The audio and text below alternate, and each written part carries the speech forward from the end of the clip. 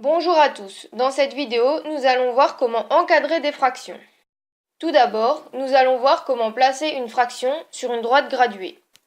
Pour placer une fraction sur une droite graduée, il suffit de déterminer la longueur du segment unité. Partager ce segment en un nombre de parts égal au dénominateur de la fraction. Partir de l'origine et prendre le nombre de segments égal à son numérateur. Petit exemple. Pour placer la fraction 5/8 sur cette droite graduée, il suffit de partager le segment unité, qui est le segment 0, 1, en 8 parts égales, car le dénominateur de la fraction est 8. Il ne reste plus qu'à partir de l'origine et prendre 5 segments, car 5 est le numérateur de la fraction. Nous venons donc de placer 5/8 sur la droite graduée.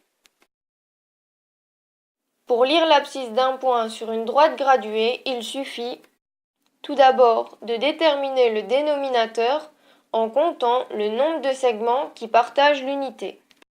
Ensuite, de déterminer le numérateur en comptant le nombre de segments qui séparent le point de l'origine.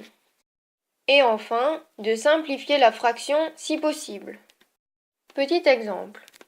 Pour déterminer l'abscisse du point A, on compte le nombre de segments qui partagent le segment unité. Il y en a 7. Le dénominateur est donc égal à 7. Il ne reste plus qu'à compter le nombre de segments qui séparent le point A de l'origine. Il y en a 4. Le numérateur est donc 4. L'abscisse du point A est donc 4/7. Maintenant, voyons comment convertir une fraction en un nombre décimal. Pour convertir une fraction en un nombre décimal, rien de plus simple. Il suffit de diviser le numérateur de la fraction par son dénominateur. Prenons par exemple la fraction 3/4. Pour convertir cette fraction en un nombre décimal, il suffit de diviser 3 par 4, ce qui nous donne 0,75. Maintenant, voyons comment convertir un nombre décimal en une fraction. Pour convertir un nombre décimal en une fraction, il suffit tout d'abord de déterminer le dénominateur en fonction du nombre de chiffres après la virgule du nombre décimal. S'il y a un chiffre après la virgule, le dénominateur est 10. S'il y a 2 chiffres après la virgule, le dénominateur est 100. S'il y a 3 chiffres après la virgule, le dénominateur est 1000, et ainsi de suite. Ensuite, il faut écrire le numérateur comme le nombre décimal sans la virgule. Et enfin, simplifier la fraction si possible. Prenons par exemple 0,875.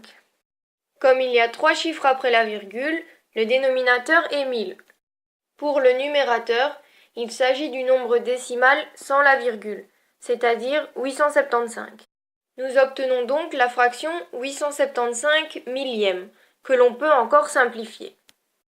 En effet, il suffit de diviser le numérateur et le dénominateur par 125, ce qui nous donne 7/8.